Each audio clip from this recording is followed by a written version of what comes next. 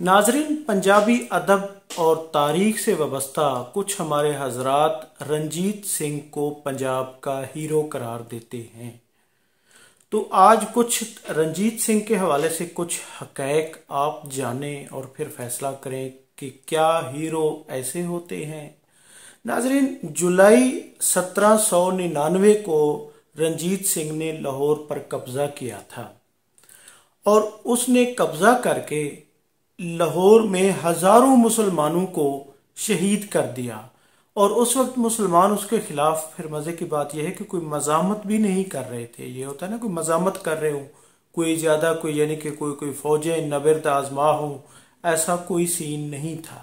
انہوں نے ہزاروں مسلمانوں کو، نہ صرف مسلمانوں کو شہید کیا، ان کے گھر توڑ دیے گئے، محلے کے محلے، گلیاں، باغات اجاڑ دیے گئے۔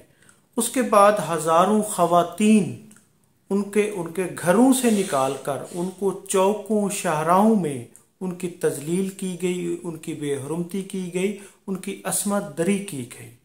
اور نہ صرف چوکوں محلوں میں ان کی تذلیل کی گئی، بلکہ انہوں نے بادشاہی مسجد میں جا کر بھی خواتین کی تذلیل کی، بلکہ سنہری مسجد، لاہور کی تاریخی سنہری مسجد، اس کے میناروں پر بھی عورتوں کی یعنی کہ بے عزتی کی، بے حرمتی کی، تذلیل کی۔ اور اسی طرح بادشاہی مسجد، مسلمانوں کی تاریخی مسجد، اس کے صحن کو گھوڑوں کا استبل بنا کر رکھ دیا۔ وہاں پر گھوڑے باندھ دیے گئے، وہاں پر ان کے سکھ اور ان کی افواج وہاں پر پیشاب کرتے، نعوذ باللہ، ایسی یعنی کہ اس نے غلاظت پھیلائی۔ اسی طرح شہر میں گھوم پھر کر ان کے جو فوجی دستے تھے، وہ جو بھی گھر ان کو نظر آتا تھا، جہاں بھی کوئی صاحب ثروت کا گھر ہوتا تھا، اس کو لوٹ بھی لیتے تھے۔ اور اس کے بعد یہ ہے کہ اگر اس کی قیمتی ٹائل لگی ہیں، کوئی پتھر لگے ہیں، وہ بھی اکھاڑ لیتے تھے اور عورتوں کو بھی اٹھا کر لے جاتے تھے۔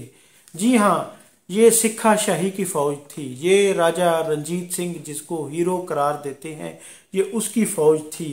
سنہری مسجد کو انہوں نے استبل بنا کر رکھ دیا تھا۔ اسی طرح اس دور کے جو گورنر تھے، ان کے اقتدار سے پہلے گورنر جو عبدالصمد خان کی بیٹی، جن کے حسن کے بہت چرچے تھے، وہ فوت ہوئی تھیں تازہ، یعنی کہ ان کی فوت کی ہوئی تھی، تو اس کے بعد ان کی حکومت آ گئی، یعنی انہوں نے لاہور پر قبضہ کر لیا۔ تو ناظرین، انہوں نے قبر سے ان کی لاش کو، ڈیڈ باڈی کو نکالا اور اس کے ساتھ بے حرمتی کی۔ جی ہاں، یہ ہے ہیرو، جس ہیرو کے آج ہمارے پنجابی دوست اور یعنی پنجابی تاریخ سے وابستہ لوگ ذکر کرتے ہیں کہ وہ پنجاب کا ہیرو ہے۔ اس پنجاب کے ہیرو نے یقیناً فتوحات کی ہیں، گوجرانوالا سے نکل کر پشاور تک گیا ہے، پشاور سے کشمیر تک گیا ہے۔ اس نے فرانسیسی آرمی سے یقیناً جرنیل رکھے جو ان کی فوج کو تربیت دیتے تھے، منظم فوج تھی، اس میں کوئی شک نہیں۔ لیکن اس کی فوج نے مسلمانوں کے ساتھ کیا کیا؟ مسلمانوں کی خواتین کی عصمت دریاں کی، ان کو بے عزت کیا، لوٹ مار کی۔ شہر کے جتنے بھی باغات تھے، جو خاص طور پہ شالامار باغ ہو گیا، اسی طرح جتنے بھی مساجد، مینار تھے، ان کی قیمتی ٹائلز، قیمتی پتھر ناظرین اکھاڑ کر انہوں نے حضوری باغ اور اپنی عمارتوں پر نصب کیے، انہوں نے یعنی کہ عبادت خانے بنوائے۔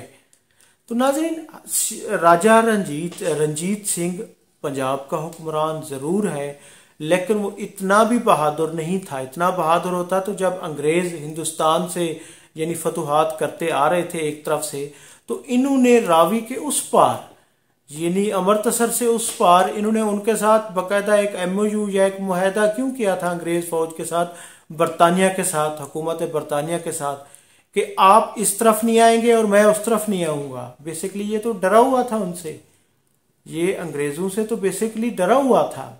یہ اس کی تاریخ تھی۔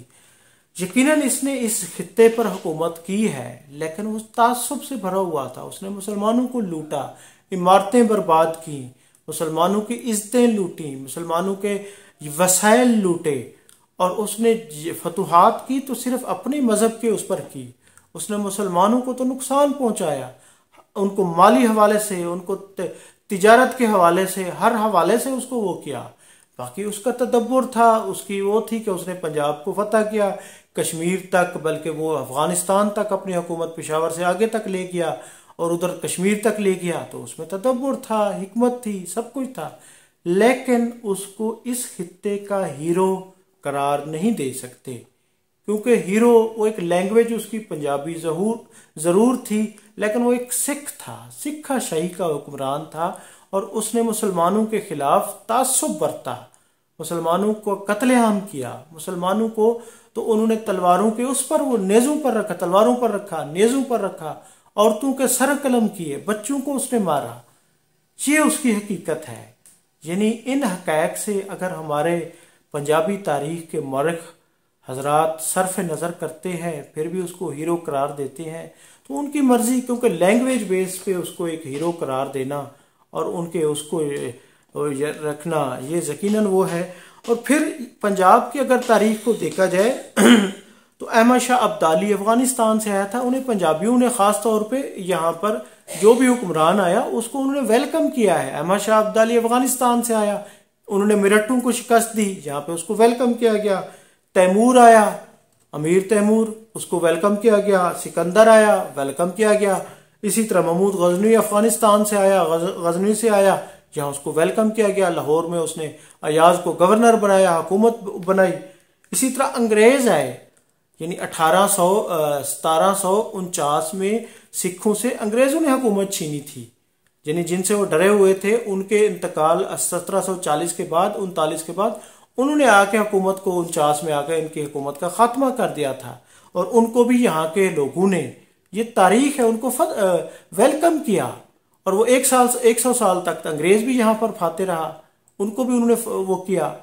تو ناظرین، تاریخ ہمیشہ اچھے کارناموں سے، انسانی حوالوں سے، انسانیت کی خدمت کرنے والوں کو ہیرو مانتی ہے، نہ کہ لٹیروں کو، نہ کہ قتل عام کرنے والوں کو، نہ کہ کسی مذہب کے ختم کرنے والوں کو۔ ناظرین، میں ہوں عبدالرؤف روفی اور آپ دیکھ رہے تھے تاریخ نامہ۔ بہت شکریہ، تھینک یو، اللہ حافظ۔